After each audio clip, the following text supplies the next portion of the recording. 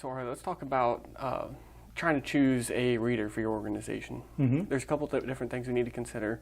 So the most important thing you have to think about when choosing a reader is what credential you're going to use, because there's no reader out there on the market that'll work with every single type of credential out there, and most of them will only just work with one or two. So the first thing you have to think about is, do you want to use a contactless credential? Do you want to use your device as a mobile credential, or do you want to use a biometric credential?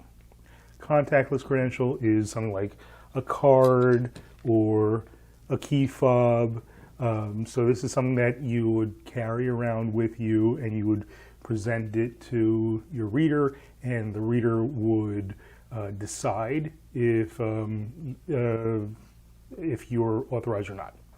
So there are a lot of different form factors. There are a lot of different encryption protocols. So right now, the most popular encryption protocol is 13.56 megahertz.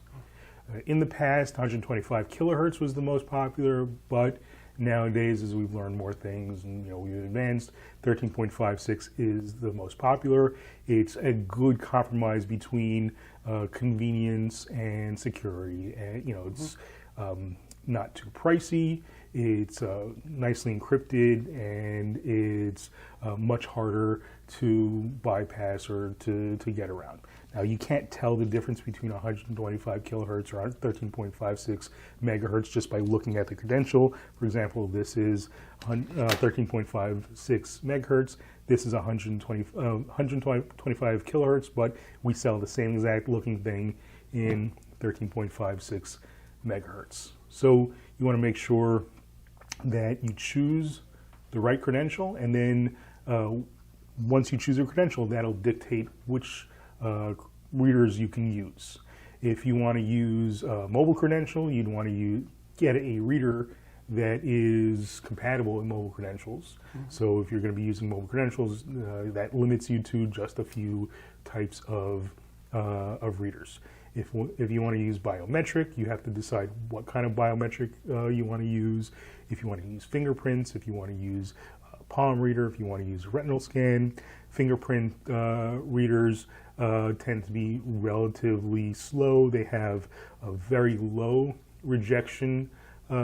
false rejection rate compared to other forms of biometric readers, but people with diabetes tend to have a lot of false rejection because they have problems with their fingerprints.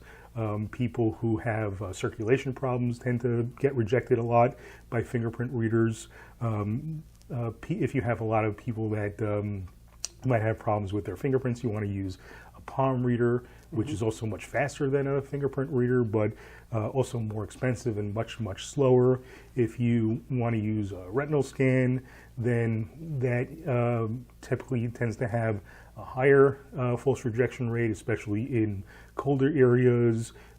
People who have bloodshot eyes for a variety of medical reasons tend to get rejected a lot by retinal scans.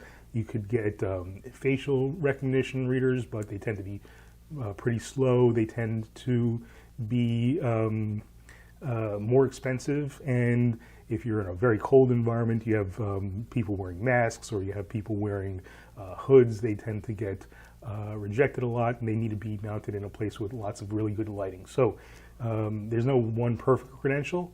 You have to choose a credential, and then that'll dictate what reader types you're limited to. Yeah, and you also want to think about the size of the reader you want. So some situations you can go for your regular sized reader, mounted on a wall, back box supported. It's great for just flat surfaces, with plenty of area. You also could look for something like that, a mullion reader. That's great for if some circumstances you need to be able to run the cable down through the door frame because you just don't have the room to put it on the wall next to it for a regular size. So those are great because you can get it on that door frame, that really thin piece of metal.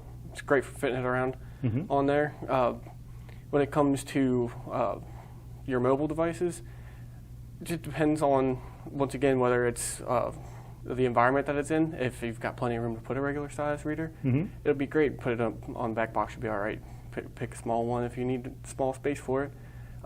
When it comes to your biometric, though, you need to have plenty of room for biometric, because you might need to bring your face down to it. You might have to put your hand in it, like you said.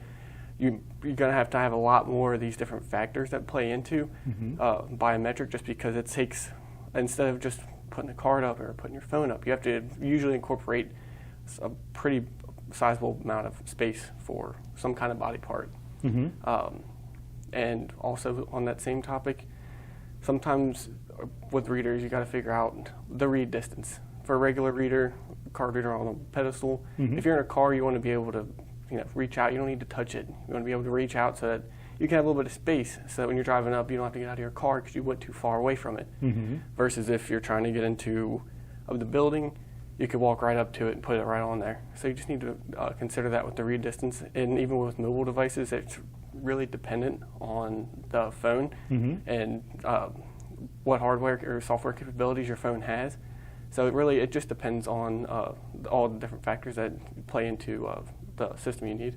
And the most important factor you have to think about is the communication protocol. Now, generally speaking, readers are divided in two communication protocols, Wiegand and OSDP. And if you choose a Wiegand reader, Wiegand readers are very common. They're much more affordable than OSDP readers. You have a lot more options, a lot more form factors, but they're unencrypted. They have a much shorter wiring distance, which means you have to be much closer to the controller than you would otherwise, which might mean you have to have more distributed controllers, you might have to have more controllers, and they don't have tamper as a standard. So you have to add tamper, which means you have to add wires, which means more expensive in the installation phase. Then with OSDP, you have much fewer options. There are many fewer OSDP readers available. They typically tend to be much more expensive, the reader and controller both, because if you're choosing an OSDP reader, you have to choose an OSDP controller. If you're choosing a Wiegand reader, you have to choose a Wiegand controller, and there are very few controllers out there that will do both Wiegand and OSDP. But OSDP is inherently encrypted. They have tamper as a standard, and you can have much further wiring distances. So an OSDP reader can be much further away from the controller, which means you can do distributed controllers, which ends up being a little cheaper. Yeah, and one other thing that usually slips through people's minds is like an afterthought is ADA compliance for handicapped people. Sure. Sometimes, because the requirement's 48 inches from the ground. A lot of people don't think about that, especially when they're going to install biometric readers. And so a reader you can't use is useless. There's no point in buying something that if you need to put it at an ADA compliant height and it's not going to work there just because the size is too bulky, or if it doesn't accommodate it properly, there's no point in buying it.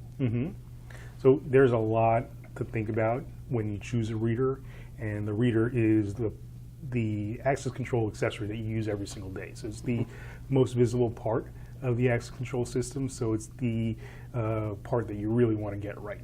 So if you have any questions about choosing a reader, you can always give us a shout, support@midsheds.com.